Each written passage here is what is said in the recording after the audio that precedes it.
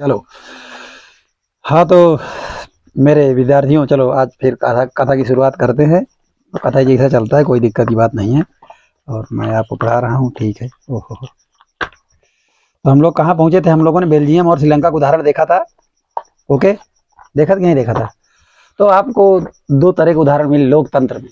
लोकतंत्र माने लोगों का तंत्र। लोगों का तंत्र ऐसा सिस्टम जो लोगों से बना है। पूरा सिस्टम किससे कंट्रोल होता है? लोग से। लोगों से कंट्रोल होता है कि नहीं सिस्टम? आप ये बताओ, आप जिसकी चाहो सरकार बनवा दो, लोग ही तो चाहे जिसकी सरकार बनवा दें, और जिसकी सरकार बन रही वो चाहे जैसा नियम कानून बनाए, पूरा देश उसी हिसाब से चलेगा। तो ये सिस्टम कैसे बनता है? लोगों से। ये अलग बात है कि लोग राय कैसे बनाते हैं। दरअसल जब हमारे देश के लोग जब इसका लोकतंत्र का निर्माण कर रहे हैं, तो उन्होंने सोचा कि भाई सभी पावर लोगों को दे दी जाए, जनता को। जनता वोट देकर जिसको राजा बना देगी वही अपना बना रहेगा। लेकिन उन्हें यह नहीं पता था कि जनता राजा किसको बनाएगी? जिसको अच्छा सोचेगी, जो जनता के फायदे होगा। लेकिन एक चीज वो सोचना भूल गए कि ये जो जनता है ना, ये जनता भी कुछ चीजों को देखकर राय बना लेती है। थोड़ा सा भोली भाली जनता है। मैं इसको बेवकूफ नहीं कहूंगा, लेकिन भोली भाली कहूंगा। वैसे भी हमारे देश की जनता भोली भाली थी, क्योंकि अंग्रेजों के भी बहकाव में आ गई थी। तो अभी आजकल किसके बहकाव में आ जाती है? समाचार चैनल को, मीडिया के। और मीडिया कौन चलाते हैं? बिजनेसमैन लोग। तो बिजनेसमैन लोग समाचार चैनल चलाते हैं। तो बिजनेसमैन जिस हिसाब से दिखाते हैं, उसी हिसाब से लोग अपनी राय बना ले रहे हैं। तो आज भी व्यक्ति अपने अधिकारों के प्रति उतना सचेत न होकर के उस प्रभाव में आकर लोगों को वोट दिया करते हैं। आज भी ये है। लोग जब उनके सामने न्यूज चैनल चलता है तो उसको लगता है कि ये भगवान का प्रवचन हो रहा है। ऐसा लगता है ये ब्रह्मा की वाणी है, यही एकदम सत्य है।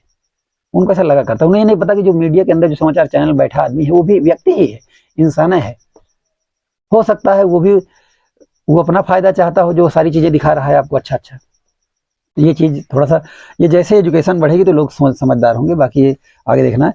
तो यहाँ पर हम आप लोग खलील की उलझन बताते हैं। हम लोगों ने बेल्जियम और श्रीलंका का उदाहरण दिया था। तो आप ये देखो, आपको ये बताया गया था भैया सत्ता की साझेदारी क्यों जरूरी है। इससे टकराव का अंदेशा कम हो जाता है, देश के टुकड़े होने की संभावना नहीं रहती है। समाज के या देश के सभी वर्ग के लोग क्या होते हैं? संतुष्ट रहते हैं। लोगों के अंदर एकता की भावना बढ़ती है। लोगों के प्रति देश प्रेम का भाव बढ़ता है। लोगों को बेगानेपन का एहसास नहीं होता है। एक ही सांस में मैंने 5-6 पॉइंट बता दिए। और ये उत्तर आप जानने के लिए आपको किसी किताब को पढ़ने की जरूरत नहीं है। इस कहानी का उदाहरण समझना और अपने आप आपको सोचना है क्या ये चीजें होती हैं। जब सबको अधिकार मिलेगा तो ये सारी भावनाएं बढ़ेंगी। यही उत्तर आपको अपनी कॉपी में लिख देना है, ठीक है। तो ये है खलील की उलझन। जैसा कि होता आया है, मतलब कहानी, विक्रम बेताल कहानी में हमेशा होता आया है कि इस बार भी विक्रम रात की खामोशी में अपनी मोटरसाइकिल चला रहा था। विक्रम हमेशा जो है मोटरसाइकिल चलाता है। बेताल उसके शरीर उसके ऊपर बैठकर यात्रा करता है हमेशा, और वो हमेशा कहानी कुछ ना कुछ सुनाता है बेताल। हमेशा की तरह इस बार भी यह सोच कर कि कहीं विक्रम को नींद ना आ जाए, बेताल ने कहानी सुनाना शुरू कर दिया। बेताल कहानी इसलिए सुनाता था, उसको लगता था विक्रम को कहीं नींद ना आ जाए रास्ते में, मोटरसाइकिल गिरा दे। तो इसलिए बेताल जो है कहानी सुनाना शुरू कर देता। बेताल क्या कहानी सुनाता, जरा सुनना ध्यान से। कहानी में बहुत बढ़िया सीख मिलेगी। बेरूत शहर में खलील नाम का एक आदमी रहा करता था। There was a city named Beirut and there was a man lived named Khalil. What was the name of that person? Khalil. That the name of that person was the Khalil. So please listen. उसके माँ बाप अलग समुदाय के थे। माता अलग समुदाय की थी, पिताजी अलग समुदाय के थे, दोनों अलग अलग धर्म के थे। उसके पिता ऑर्थोडॉक्स ईसाई थे। अब एक्चुअली आप लोग को लगता होगा कि जैसे हिंदू हिंदू में कई जातियां हैं, मुस्लिम में भी कई तरह की जातियां हैं। आपको लगता होगा यार ईसाई तो एक होते हैं, ईसाई में रहने। अब देखो, ईसाई में भी कई तरह का हो गया। ऑर्थोडॉक्स ईसाई मतलब ईसाइयों में भी कई समूह था। तो उसके पिता क्या थे? पिता थे ऑर्थोडॉक्स ईसाई, और माँ सुन्नी मुसलमान थी। मुसलमानों में शिया और सुन्नी होते हैं। तो माँ क्या थी? सुन्नी मुसलमान। एक तो धर्म ही अलग, वो ऊपर से सुन्नी, और उधर से वो क्या थे? ईसाई। यानी पिता ईसाई और माँ मुसलमान। ये खलील। आधुनिक शहर के लिए कोई अनूठी बात नहीं थी। आधुनिक शहर मतलब उनका शहर क्या था? बड़ा मॉडर्न था। और मॉडर्न था तो आधुनिक समय में ये कोई नई बात नहीं है कि किसी धर्म के व्यक्ति की दूसरे धर्म से शादी हो जाए, किसी जाति के व्यक्ति की दूसरे जाति से शादी हो जाए, ये कोई अलग बात नहीं है। मॉडर्न शहर में ऐसा होता है। लेबनान में अलग अलग समुदाय के लोग रहते थे। तो लेबनान हो सकता है लेबनान का ही कोई शहर रहा होगा बेरूत। लेबनान में अलग अलग समुदाय के लोग रहते थे और राजधानी बेरूत में भी बस जाते थे। अच्छा, मतलब लेबनान शहर का नाम, वो कंट्री का नाम था, और उसकी राजधानी क्या थी? बेरूत। तो राजधानी बेरूत में भी बस जाते थे। वे साथ रहते थे, मेल जोल होता था, पर गृह युद्ध में एक दूसरे से लड़ते भी थे। समटाइम्स इट्स बिकम्स होम वार। जब गृह युद्ध होता था तो आपस में लड़ते भी थे। लेबनान क्या था? कंट्री। उसमें क्या था? बेरूत शहर। उसमें बताओ, मुस्लिम भी रह रहे थे, ईसाई भी रह रहे थे। मुस्लिम भी रहते थे और ईसाई भी रहते थे। और ये जो खलील था, इसके पिता मुस्लिम नहीं, इसके पिता ईसाई और माँ मुस्लिम। और देखो, मुस्लिम और ईसाई दोनों समुदाय के लोग साथ में रहते थे, एक दूसरे से सुबह शाम मिलते जुलते भी थे। अब भाई साथ में रहेंगे तो सब्जी लेने जाओगे तो पता लगा सब्जी जो है मुस्लिम बेच रहा है, ईसाई कुछ खरीदना आया है, फिर उधर जो है कोई कपड़ा बेच रहा है तो वो खरीदने गया है, तो सब एक दूसरे से मिलते जुलते हैं। लेकिन जब गृह युद्ध होता था तो आपस में टकराव भी होता था, लड़ाई भी होती थी। गृह युद्ध क्यों होता है अभी पता चलेगा आपको। जब कोई व्यक्ति संतुष्ट नहीं रहेगा, कोई समुदाय जिसको कम अधिकार रहेंगे, तो उससे गृह युद्ध होगा। और आगे लिखा है, खलील का एक चाचा ऐसी ही लड़ाई मारा गया था। खलील का एक चाचा था, और यही जो मुस्लिम और ईसाई के बीच जो समुदाय के बीच जो गृह युद्ध हुआ था, उसी में उनके चाचा मारे गए थे। तो जो कितनी बड़ी समस्या है। खलील के पास तो और समस्या है। अब पिता ईसाई हैं, माँ मुस्लिम है। अब खुद क्या है ये नहीं समझ में आता कि वो मुस्लिम माने कि ईसाई माने, और उसका चाचा खत्म हो गया इस लड़ाई में। समस्या इस बात की है। गृह युद्ध की समाप्ति के बाद, अच्छा गृह युद्ध समाप्त हो, मुझे लगता है कुछ अंजाम तक पहुंचे होंगे ये लोग। गृह युद्ध की समाप्ति के बाद लेबनान के सारे नेता साथ मिलकर बैठे। लड़ाई हुई होगी, लड़ाई का हल अंत में जानते हो, चाहे जितनी लड़ाई कर लो बातचीत से निकलता है, बिना बातचीत से हल नहीं निकलेगा तो अंत होता है फिर। तो सब लोग लेबनान के सारे नेता मिलकर बैठे और विभिन्न समुदायों के बीच सत्ता के बंटवारे के लिए कुछ बुनियादी नियमों पर सहमत हुए। यानी सम बेसिक फंडामेंटल राइट्स, कुछ बुनियादी नियम पर ये लोग क्या हो गए? सहमत हो गए। भाई सत्ता का बंटवारा कर दिया जाए, काहे लड़ झगड़ रहे हो आपस में। इन नियमों के अनुसार तय हुआ कि देश का राष्ट्रपति मैरोनाइट पंथ का कोई कैथोलिक ही होना चाहिए। कैथोलिक भी एक ईसाई होता है। यानी देश का जो राष्ट्रपति हो क्या होना चाहिए? कोई ईसाई को होना चाहिए। और ईसाइयों में भी ऑर्थोडॉक्स ईसाई हो गया, कैथोलिक ईसाई हो गया, ठीक है ना, इस तरह के ईसाई होते हैं। तो देश का जो राष्ट्रपति होगा वो क्या होना चाहिए? कैथोलिक होना चाहिए। सिर्फ सुन्नी मुसलमान ही प्रधानमंत्री हो सकता है। इन्होंने डिवाइड कर दिया। इन्होंने कहा देखो, राष्ट्रपति ईसाई, मुसलमान प्रधानमंत्री, बढ़िया बांट दिए, सत्ता का बंटवारा कर दिए। उप प्रधानमंत्री का पद ऑर्थोडॉक्स ईसाई और संसद के अध्यक्ष पद का शिया मुसलमान। अच्छा, ईसाई दो थे ना, कैथोलिक और ऑर्थोडॉक्स। तो कैथोलिक वाले को क्या बना दिया? राष्ट्रपति। और ऑर्थोडॉक्स वाले को उप प्रधानमंत्री। और प्रधानमंत्री किसको बना दिया? मुस्लिम को। और उसके बाद संसद के अध्यक्ष पद का जो होगा वो मुसलमान हो जाएगा। तो बढ़िया बांट दिया, बढ़िया एकदम बंटवारा कर दिया। 4 पद थे, राष्ट्रपति, प्रधानमंत्री, उप प्रधानमंत्री और संसद के अध्यक्ष। अब जो राष्ट्रपति था और संसद, राष्ट्रपति और उप प्रधानमंत्री, ये दोनों पद किसको मिल गया था? ईसाई को। और प्रधानमंत्री और संसद का अध्यक्ष, ये दोनों पद किसको मिल गया? ये मुस्लिम को मिल गया, मुसलमानों को ये मिल गया। तो बहुत बढ़िया था। अच्छा, ईसाइयों में भी 2 लोग थे ना, एक ऑर्थोडॉक्स एक कैथोलिक, तो उनको भी देखो अलग अलग कर दिया। ऑर्थोडॉक्स वाले को ये बना दिया संसद का अध्यक्ष, नहीं ये उप प्रधानमंत्री बनाया ऑर्थोडॉक्स को। तो एक तरह से मान लो कि चलो सबका नाम तो भले न याद रहे, लेकिन ये मान लो सत्ता का बंटवारा कर दिया मुस्लिम और उसके बीच, बढ़िया बढ़िया बराबर, ताकत बराबर से बांट दिया। आगे देखिएगा, इस समझौते के अनुसार आगे से ईसाई फ्रांस की संरक्षण की मांग नहीं करेंगे। अच्छा, ये समझौता हो गया, इससे जो ईसाई के लोग थे जिनको लगता था भाई मुस्लिम हमारा अधिकार छीन रहे हैं, तो वो फ्रांस से अब जो है क्या करेंगे? संरक्षण नहीं मांगेंगे। बार बार ये नहीं कहेंगे भाई हमको संरक्षण दीजिए। और मुसलमान भी पड़ोसी सीरिया के साथ एकीकरण की मांग छोड़ने पर सहमत हुए। अच्छा, ये लोग का शहर था लेबनान, इनकी कंट्री क्या थी? लेबनान। अब मुसलमान कह रहे थे हम सीरिया में मिल जाएं, और ईसाई कह रहे थे हम कहाँ मिल जाएं? फ्रांस में।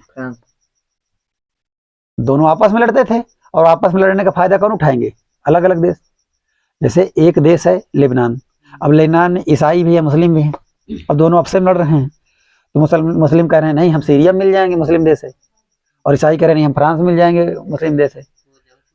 तो जगह कहाँ छूट जाएगी, इसीलिए तो। और फ्रांस, अच्छा फ्रांस भी इधर से लड़वा रहा होगा ईसाइयों को कि तुम लड़ो, मुस्लिम को भगाओ। ये लेबनान को हम कब्जा कर लेते हैं, उधर सीरिया भी लड़ रहा होगा, मुस्लिमों को कह रहा होगा ईसाइयों को भगाओ फ्रांस में, हम इधर कब्जा कर लेते हैं लेबनान को। अब लेबनान जाए तो किस में जाए? अगर कोई एक पंथ के होते तो एक तरफ चले जाते, उसमें दोनों लोग हैं, हिंदू वो मतलब मुस्लिम और ईसाई दोनों थे। तो ये समस्या थी उस देश में।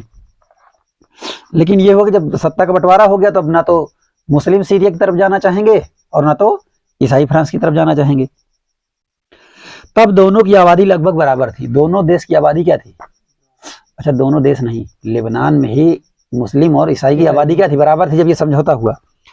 बाद में मुसलमान स्पष्ट रूप से बहुमत में आ गए, मुस्लिम क्या हो गए? ज्यादा हो गए।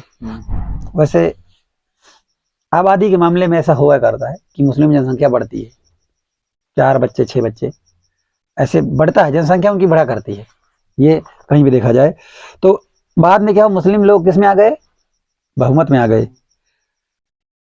परंतु समझौते का आदर करते हुए लिखा आ गए, दोनों पक्ष अभी भी उस समझौते का आदर करते हुए उसे मान रहे हैं। यानी अभी भी जो समझौता हुआ था उसको लोग क्या कर रहे हैं? अभी भी मान रहे हैं, क्योंकि भाई समझौता हो चुका है तो उसको मान रहे हैं। तो ये बात ठीक है। अब ऐसा नहीं कि मुस्लिम बहुमत में आ गए तो कहते नहीं हम ज्यादा हो गए, हमें ज्यादा अधिकार चाहिए। अभी भी समझौता क्या किया जा रहा है? माना जा रहा है। अब यहाँ बीच में फंसा हुआ है खलील। खलील फंस जाएगा, जानते हो? अगर खलील क्या बनना चाहे, उप प्रधानमंत्री या राष्ट्रपति, तो नहीं बन पाएगा, क्योंकि वो किसके लिए है? अच्छा नहीं, वो सोचेगा तो बने तो क्या बने, क्योंकि वो तो दो जातियों वो तो कॉम्बो है। कॉम्बो मतलब होता है जिसमें मिक्स होता है। अब वो मुस्लिम, हाँ, अब वो तो क्या बने, वो उसके लिए बड़ी उलझन है, वो क्या बने। अगर वो नाम अपना बदले तो भी उसके लिए समस्या है। अब कह रहे खलील को इस समझौते में बड़ी गड़बड़ी लगती है। खलील को लगता है बड़ी गड़बड़ है समझौते में। वह राजनीतिक महत्वाकांक्षा वाला लोकप्रिय व्यक्ति है। अब वो तो भाई राजनीति में पावर में आना चाहता है, वो मतलब वो पढ़ाई लिखाई करके इंजीनियर डॉक्टर नहीं बनना चाहता। उसकी महत्वाकांक्षा, ambition, what is the meaning of महत्वाकांक्षा? एम्बिशन। तो उसका एम्बिशन वाला व्यक्ति है, हाई एम्बिशन है उसके पास, बड़ी महत्वाकांक्षा है, वो राजनीति में आगे बढ़ना चाहता है। लेकिन उसको समस्या है, लेकिन मौजूदा व्यवस्था के चलते वह सबसे बड़े पद पर पहुंच ही नहीं सकता। वह ना तो माँ के धर्म को मानता है और ना ही पिता के। अब सबसे बड़े पद पर जा नहीं पाएगा, क्यों? क्योंकि ईसाई और मुस्लिम के लिए क्या है, दोनों आरक्षित हैं।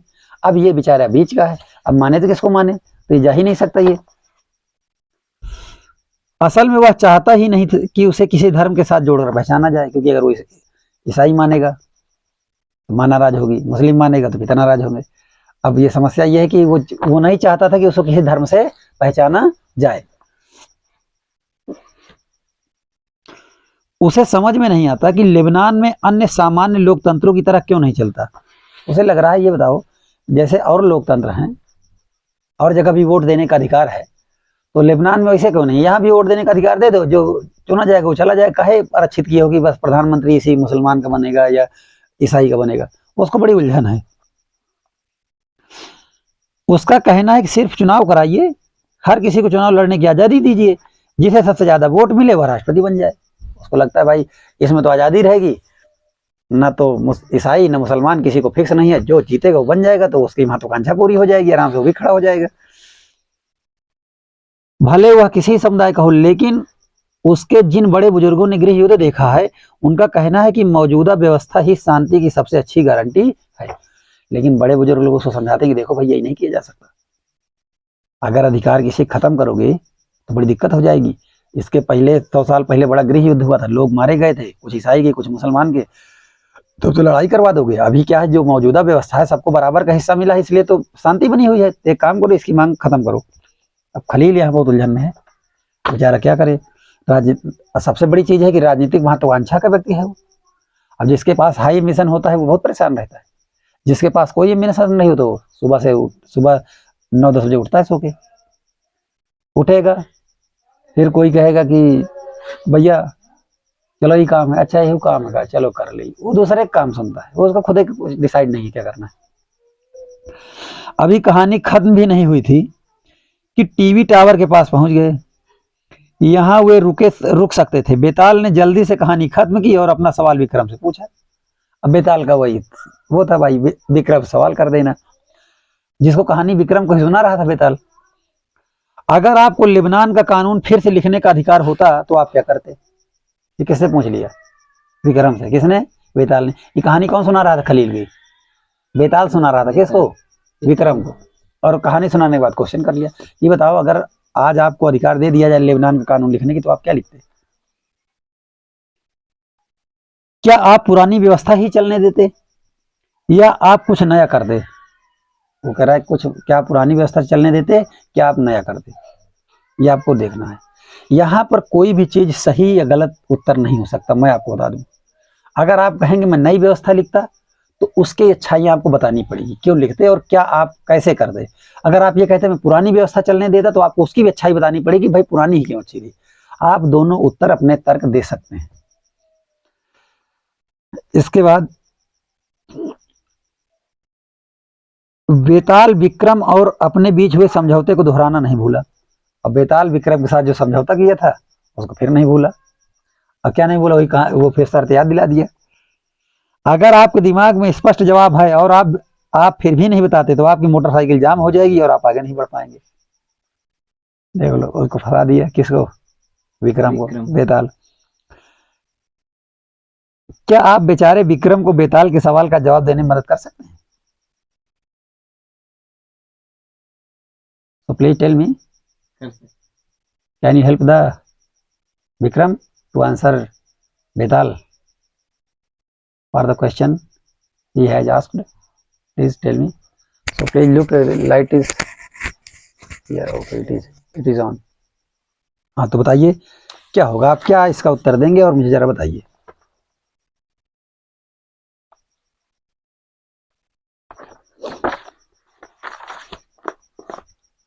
आपका क्या मानना है, क्या उत्तर दोगे? आप वही कहानी रोल चल रहे दोगे, नया कानून लिखोगे? नया कानून लिखोगे। नए में क्या व्यवस्था करोगे, क्या परिवर्तन करोगे, बताओ। नए में सभी जाति धर्मों में समान अधिकार बांट देंगे। तो वही तो पुराना ही बटा है, समान अधिकार बटा है बराबर का। नहीं, जो बहुमत में आए हाँ, वही शासन करे। वही शासन। इसमें तो मुझे कभी कभी लगता है गड़बड़ी लगती है।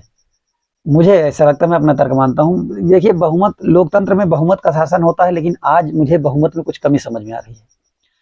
बहुमत में कमी थोड़ी सी ये समझ में आ रही है कि देखिए, अगर मान लीजिए पूरे देश में वोट पड़ते हैं, पूरे देश में क्या पड़ते हैं? वोट पड़ते हैं। जैसे 100 लोग वोट देने गए, कितने लोग वोट देने गए? 100 लोग। 5 लोग चुनाव में खड़े हैं। कितने लोग? 5 लोग।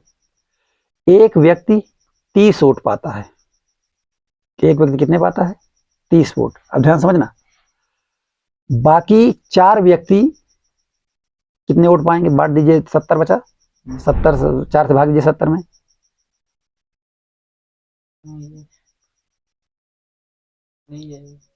अरे कुछ तो आएगा, 21 25 मतलब 17 18 आएंगे लगभग। अब एक बात बताइए, चारों व्यक्ति 17 वोट पाए, एक व्यक्ति 30 वोट पाया, वो 30 वोट वाला व्यक्ति क्या बन गया? प्रधानमंत्री। 17 वोट वाले नहीं बन पाए। क्या वो जो 30 वोट पाकर व्यक्ति प्रधानमंत्री देश का बना है, क्या देश के सभी लोग चाहते हैं कि वो प्रधानमंत्री बने? सभी तो वोट पड़ा है, नहीं चाहते। 70 लोग तो चाहते ही नहीं कि वो प्रधानमंत्री बने, उसको तो केवल 30 लोग चाहते हैं। बात आप समझना, बड़ी गहरी बात है। 100 वोट पड़ा, 100 वोट में 30 तो वो पाया है।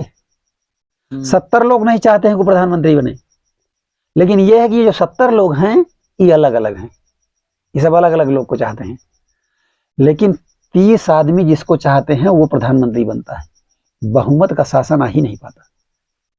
हमारे देश में भी यही होता है। जब प्रधानमंत्री पद का चुनाव हुआ था, 30% वोट बीजेपी पाई थी, बाकी 70% वोट विपक्ष में पड़ा था। तो देश की 70% जनसंख्या तब बढ़ गई, सरकार बढ़ गई। हालांकि अब बाद में थोड़ा थोड़ा बढ़ गया, बाद में इन्होंने लोकप्रियता बढ़ा ली, और लोकप्रियता कैसे बढ़ा ली उसके लिए बहुत जैसे होता है कि मार्केटिंग होती है, पैकेजिंग होती है। समाचार चैनल वाले दिन भर बड़ाई करते हैं, दिन भर मीडिया प्रधानमंत्री के अलावा कुछ दिखाती ही नहीं है। और बचपन से अगर आपको किसी बच्चे को अगर बचपन से अमरूद को दिखाकर बोला जाए देखो ये आम है, आम है, आम है, आम है, तो उसको आम ही कहेगा। भले बाद में वो उसको जब देखे दुनिया को तो 2-4 बार अचंभित तो कहेगा नहीं यार आम, ये सब लोग तो अगर आसपास सब आम कहने लगे तो ये ऐसे हो जाता है। तो ऐसे मतलब उनको लोगों को बताया जाता है। लेकिन ये समझना, जैसे आप ये बताओ अभी क्या हुआ था, कुछ बात समझ में आई कि नहीं आपको? तो बहुमत कहाँ है? विपक्ष में है। मुझे इसमें गड़बड़ी लगती है। बहुमत किसमें है? विपक्ष में है। और अल्पमत वाले शासन कर लेते हैं इस लोकतंत्र में। इसको थोड़ा सा बदलना पड़ेगा। एक क्राइटेरिया रखना चाहिए, जो चुनाव जीते वो तो रखना चाहिए, लेकिन इसमें बड़ा विवाद है, बहुत ज्यादा चर्चा करनी पड़ेगी यार। फिर कभी कभी अगर ये हम कह दें कि ठीक है चलो जो 60% पाएगा कम से कम वही फिर मतलब शासन करे, उससे नीचे वाला अगर सब पाते ना करे, तो इसमें ये होगा कि जो आबादी बहुसंख्यक में होगी, मान लो 60% कोई है तो 60% पाएगा, जिसकी आबादी कम है वो कभी 60% पा ही नहीं सकता, क्योंकि चुनाव तो जाति धर्म पर लड़े जा रहे हैं। आदमी देखकर कौन वोट देता है? सब भावनाओं पर वोट देते हैं। शिक्षा के नाम पर, स्वास्थ्य के नाम पर कौन वोट दे रहा है? कुछ नहीं। ये तो सब झूठे दिखावे के लिए होते हैं। तो थोड़ा सा इसमें बहस हो सकती है, आप अपने अपने तर्क लिख सकते हो, आप अपने लिखिएगा कॉपी में। चलिए, तो कुछ बात आपको समझ में आएगी।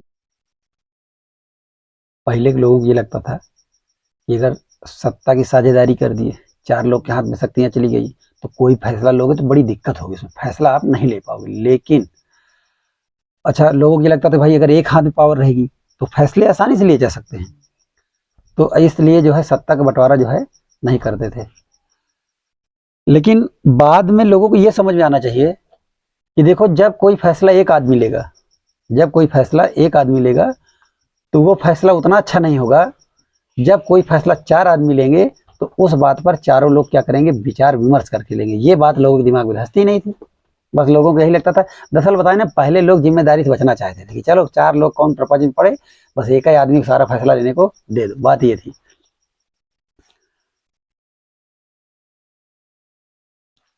आगे देखिएगा, एक अच्छे लोकतांत्रिक शासन में समाज के विभिन्न समूहों और उनके विचारों को उचित सम्मान दिया जाता है। जो अच्छा लोकतंत्र होता है, सबसे बेहतरीन लोकतंत्र, उसमें समाज के विभिन्न समूहों को क्या दिया जाता है? उचित सम्मान और आदर दिया जाता है। सबके विचारों को शामिल किया जाता है। जैसे एक गांव है, और गांव में लोकतंत्र तब होगा कि अगर गांव में मान लो एक मीटिंग होनी है, तो गांव में विभिन्न बिरादरियों के लोग रहते हैं, और प्रत्येक बिरादरी के लोग के विचारों को यदि उचित सम्मान दिया जाएगा, सबका कहा माना जाएगा, तब तो जाकर वो गांव की मीटिंग क्या हो पाएगी? सफल हो पाएगी। और नहीं तो मीटिंग गांव की सफल नहीं हो सकती। उसी तरह से एक देश है, देश के रहने वाले विभिन्न समुदाय के लोग हैं, और यदि सबके विचारों को माना जाएगा, सबके विचारों को क्या दिया जाएगा? सम्मान दिया जाएगा, तब जाकर वो क्या हो पाएगा कि देश इकट्ठा रह पाएगा। और सार्वजनिक नीतियां तय करने में सबकी बातें शामिल होती हैं। जैसे सार्वजनिक नीतियां तय कर रहे हैं गांव में, सार्वजनिक जानते हैं क्या होता है? सार्वजनिक मतलब पब्लिक की, सार्वजनिक मतलब पब्लिक की। जैसे गांव में एक पानी की टंकी बननी है, क्या बनना है? पानी की टंकी। मैं गांव का उदाहरण ले रहा हूँ, ये हालांकि ये बातें देश के बारे में हो रही है, लेकिन एक गांव कैसे लोकतांत्रिक हो सकता है ये सुनिए। जैसे गांव में एक पानी की टंकी बननी है। अब गांव में विभिन्न समुदाय के रहने वाले लोग हैं, अगर आप पानी की टंकी बनाना चाहते हो तो ये क्या है? ये सार्वजनिक फैसला है। ये क्या है? ये सार्वजनिक नीति है, क्योंकि इस नीति का उपयोग सब लोग करेंगे। भाई पानी की टंकी का उपयोग सब लोग करेंगे ना, गांव के सभी लोग। तो पानी की टंकी का फैसला लेना, ये क्या है? सार्वजनिक नीति है। अब इसके लिए गांव में रहने वाले सभी लोगों को सलाह लेनी चाहिए, क्योंकि सार्वजनिक है ना। अगर अपना फैसला निजी, मान लो निजी तुम नल करवा रहे हो, निजी बोर करवा रहे हो, तो ठीक है, जाओ अपना घर में करवा लो, किसी से आपको सलाह लेने की जरूरत नहीं है। लेकिन जब आप पूरे गांव के लिए टंकी लगवा रहे हो, तो उसमें गांव के रहने वाले, क्योंकि जब पूरे गांव के लिए लगवाओगे तो ये कैसी नीति है? पर्सनल, निजी नहीं है, सार्वजनिक है, सबके लिए है। इसको बोलते हैं ना पब्लिक प्रॉपर्टी। तो जब ये सार्वजनिक है तो गांव के सभी समुदाय की का राय लेना चाहिए, उनका आदर सम्मान करना चाहिए। पता लगा कुछ लोगों ने कहा सबकी राय आप नहीं लिए, और कुछ विशेष समूह के लोग इकट्ठा हुए, कुछ विशेष लोग, उन्होंने कहा ऐसा भैया पानी टंकी क्या है अपने मोहल्ला में बनवा दो, हम लोग बढ़िया पानी पियेंगे, जहां तक पहुंचना होगा पहुंचेगा, नहीं तो कोई दिक्कत नहीं। तो इससे बड़ी दिक्कत होती है। एक मिनट थोड़ा फोन आ रहा है। तो कहाँ थे हम लोग? जैसे हम एक गांव का उदाहरण ले रहे थे, हम लोग एक गांव क्या कर रहे थे, उदाहरण ले रहे थे कि जैसे एक गांव है। अब गांव में सार्वजनिक नीतियां क्या होगी? गांव में कोई भी ऐसी चीज जो सबके लिए है वो क्या कहलाएगी? सार्वजनिक नीति। पानी की टंकी लगाना है, सार्वजनिक नीति है। इसके लिए गांव के सभी लोगों की राय लेना जरूरी है, क्योंकि सार्वजनिक नीति में सबकी राय होनी चाहिए। सबके एक सार्वजनिक, देखिए अच्छा लोकतंत्र वही है जिस लोकतंत्र में यदि आप कोई सार्वजनिक चीज कर रहे हो जो सबको प्रभाव पड़ेगा तो उसमें सबकी राय लीजिए। जैसे अभी भारत सरकार CAA नागरिकता कानून, उस पर संसद भवन में चर्चा होनी चाहिए, क्यों आ रहा है, किस लिए आ रहा है, क्योंकि सबके लोगों को सबको इफेक्ट पड़ेगा। और इसके बाद तो ये ध्यान रखना है। उसी तरह गांव में क्या है कि पता लगा कोई एक बिरादरी के लोग हैं, उन्होंने कहा भैया हमारी तरफ पानी टंकी लगा दो, बस बहुत है। उनकी तरफ हो गया। अब सार्वजनिक है, पानी टंकी का पानी सब लोग भरेंगे, तो उसके लिए सबसे राय ली जानी चाहिए ना कहाँ लगाया जाए। और जब सबसे राय ले ली जाएगी तो सब लोग मिल करके, सभी लोग मिल करके एक ऐसा स्थान चुन लेंगे कि जहां पर क्या होगा, सबकी सहमति रहेगी, तो कोई भी समुदाय पूरे गांव में अपने आप को बेगाना महसूस नहीं करेगा। उसे ये नहीं लगेगा कि भाई इस गांव में हम भी हैं। सबको ये लगना चाहिए ना कि गांव हमारा है। पता लगा गांव में कुछ समूह ऐसा है जिससे आप राय ही नहीं लेते, अपनी ही मर्जी से काम करते चले जा रहे हैं, तो उनको क्या लगेगा? उनको लगेगा यार हम तो इस गाँव के हैं ही। उन्हें बेगानेपन का एहसास ना हो, उनको भी लगे हमारा गाँव है, अपने गाँव से वो भी प्रेम करें। जैसे उसी तरह देश में रहने वाले सभी लोगों से राय ली जाएगी तो सबको देश से क्या होगा? प्रेम होगा, सबका मान सम्मान होगा। अब आगे देखिएगा, आधुनिक लोकतांत्रिक व्यवस्थाओं में सत्ता की साझेदारी के अनेक रूप हो सकते हैं। आइए हम कुछ प्रचलित उदाहरणों पर गौर करें। यानी सत्ता की जो साझेदारी है, कई देश हैं, सब लोगों ने अपने अपने देश में अलग अलग तरीके से सत्ता को क्या हुआ है, साझेदारी किया हुआ है। तो उसमें कुछ उदाहरण है। पहले एक उदाहरण दिया है, सबसे पहला ये दिया है शासन के विभिन्न अंग, जैसे विधायिका, कार्यपालिका और न्यायपालिका। तो न्यायपालिका तो जैसे अदालत वगैरह हो गया, कार्यपालिका आपका जैसे लोक सभा या राज्यसभा हो गया, विधायिका और कार्यपालिका ये इसे में वही लोकसभा और राज्यसभा हो गई। ये इनमें बंटवारा रहता है। इसे सत्ता का क्षैतिज वितरण कहेंगे। इसे क्या कहेंगे? सत्ता का क्षैतिज। क्षैतिज जानते हैं? क्षैतिज वितरण एक समान, क्षैतिज लाइन में ये होता है कि कोई ऊपर नीचे नहीं है, ऊपर ऊर्ध्वाधर वितरण ये होता है कि जिसमें पता लगा एक राजा है, राजा का आदेश सारे मंत्री मानेंगे, मंत्री का आदेश सारे संतरी मानेंगे। मंत्री के नीचे जो लगा संतरी कहलाता है, और वो मंत्री की बात माननी पड़ती है। मंत्री संतरी वही होता है, और मंत्री से ज्यादा फायदा उठाता है संतरी। मंत्री घपला करता है तो पकड़ जाता है, और मंत्री के नीचे क्या होता है? संतरी। संतरी घपला करता है, नहीं पकड़ा जाता। मंत्री को मीडिया वाले पकड़ लेते हैं, संतरी तो मेन फायदा उठाता है। मंत्री को बहकावे में ले लेगा, मंत्री से, मंत्री जी के नाम पर अगर कुछ पैसा जो है अलाट हुआ सरकार की तरफ से 500 करोड़ तो 200 करोड़ तो संतरी खाता है। और उसे बताया कि मंत्री को देखिए आपके नाम वहाँ जमीन खरीदवा दी है, वहाँ कॉलेज खरीदवा दी है, एक दो ठोपना भी खरीद लेता है। कभी जांच हुई तो मंत्री पकड़ा जाता है, लेकिन संतरी इस मंत्री को छोड़कर दूसरे मंत्री के पास चला जाता है। तो सबसे ठीक वही रहता है। तो ये उसे ऊर्ध्वाधर बंटवारा कहेंगे। क्षैतिज बंटवारा ये है कि कार्यपालिका, न्यायपालिका और विधायिका तीनों के पास कैसा अधिकार है? बराबर का है, तीनों के पास बराबर का। अगर कभी न्यायपालिका गलत करती है तो कार्यपालिका उस पर बगल में एक घूंसा चला सकती है। मान जो अगल बगल बैठा है, अब ऊपर बैठा है तो उसको नहीं मार पाएंगे ना, ऊपर वाला तो हमारे सर पे बैठा है। जो बगली में बैठा है कुछ गलत किया तो एक इधर लगा दिए, हम गलत किए तो एक धक्का उधर लगा दिया, तो दोनों लोग एक दूसरे क्या करेंगे? सचेत रहेंगे नहीं भाई कुछ गलत कर रहे हैं। तो तीनों में जब बराबर की साझेदारी रहती है तो उसे कहते हैं क्षैतिज। उसे क्या कहते हैं? क्षैतिज वितरण। वितरण माने बंटवारा, क्षैतिज वितरण है। हमारे यहाँ भी क्षैतिज वितरण ही है। सुप्रीम कोर्ट भी ऊपर नहीं है, कार्यपालिका भी ऊपर नहीं, विधायिका भी ऊपर नहीं है, क्योंकि इसमें सरकार के विभिन्न अंग एक ही स्तर पर रहकर अपनी अपनी शक्ति का उपयोग करते हैं। सभी एक लेवल पर रहते हैं, सब अपने पावर का उपयोग करते हैं। ऐसे बंटवारे से यह सुनिश्चित हो जाता है कि कोई भी एक अंग सत्ता का असीमित उपयोग नहीं कर सकता। जब इस तरह का बंटवारा होता है तो इससे ये निश्चित हो जाता है कोई भी अंग हो, चाहे कार्यपालिका हो, विधायिका हो या न्यायपालिका हो। न्यायपालिका मतलब थाना अदालत, कार्यपालिका और विधायिका यही लोकसभा और राज्यसभा होते हैं। तो ये लोग में ये हो जाएगा कि ये लोग कोई भी सत्ता का असीमित उपयोग नहीं कर सकते। पता लगा ज्यादा पावर दे दिए न्यायपालिका को, तो जब मन हुआ तब न्यायपालिका, संसद कोई भी कानून बनाती है, न्यायपालिका खत्म, कानून नष्ट नष्ट। जब हुआ तब न्यायपालिका कानून को आदेश, जज ने ऑर्डर दे दिया ऐसा है, ये कानून नहीं माना जाएगा, सुप्रीम कोर्ट ने खारिज कर दिया। ऐसा नहीं है ना, सबको बराबर का अधिकार दिया गया है कि उनको भी नियम को खारिज करने में थोड़ा सा बल पड़े। और अगर कोई कानून सुप्रीम कोर्ट ने खारिज कर दिया है तो सरकार को भी, संसद को भी उस कानून को बनाने को क्या करे, थोड़ा सा बल पड़े, यानी दोनों को बराबर का अधिकार रहे। अगर किसी को ज्यादा अधिकार हो जाएगा तो दूसरे की बात ही नहीं मानेगा। मतलब सोचो कैसे क्षैतिज वितरण होता है।